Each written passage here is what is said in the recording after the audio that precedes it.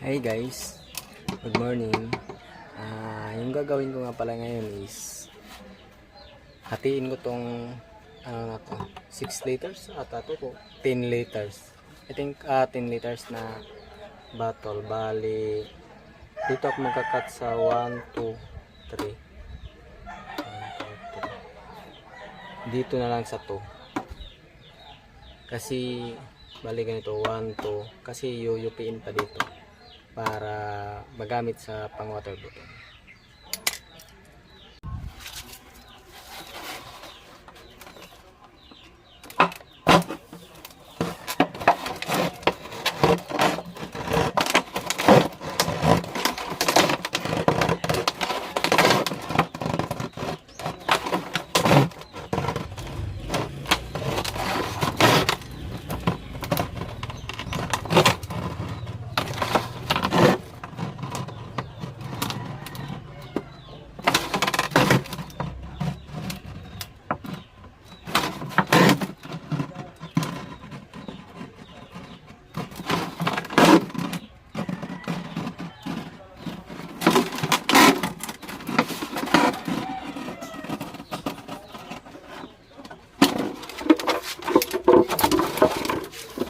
Tapos ito naman, yung gagawin mo lang is tanggalin mo na ito.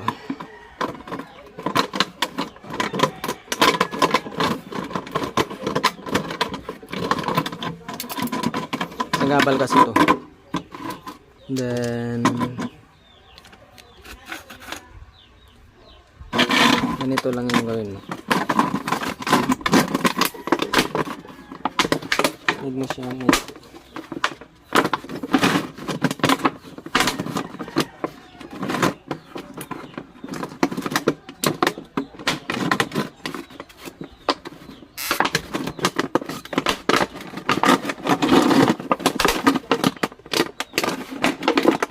ayan, okay na. O diba, ang dali lang. May pang water bottom ka na.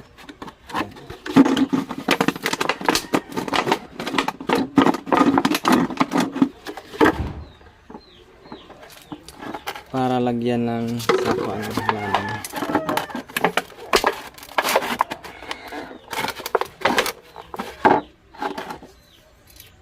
Tapos yung gagawin mo lang is ipatong yung halaman dito.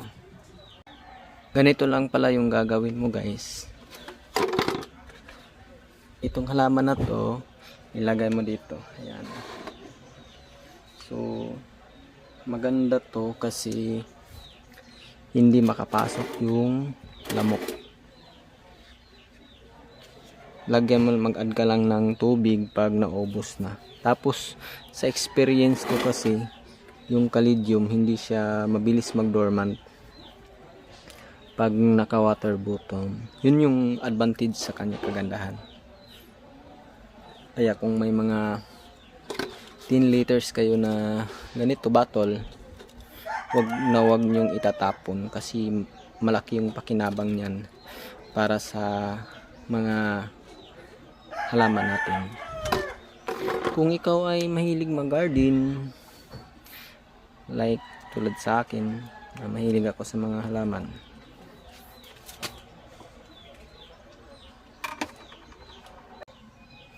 lagyan mo lang to ng tubig.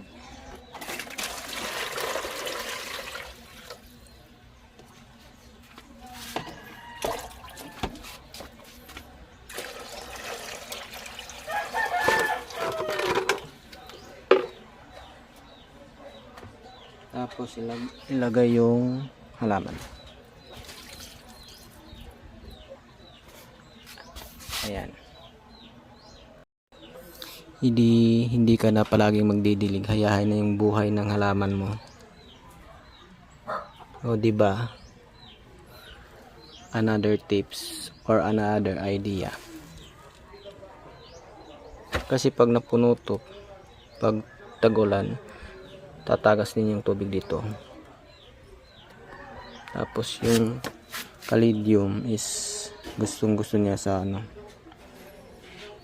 tubig.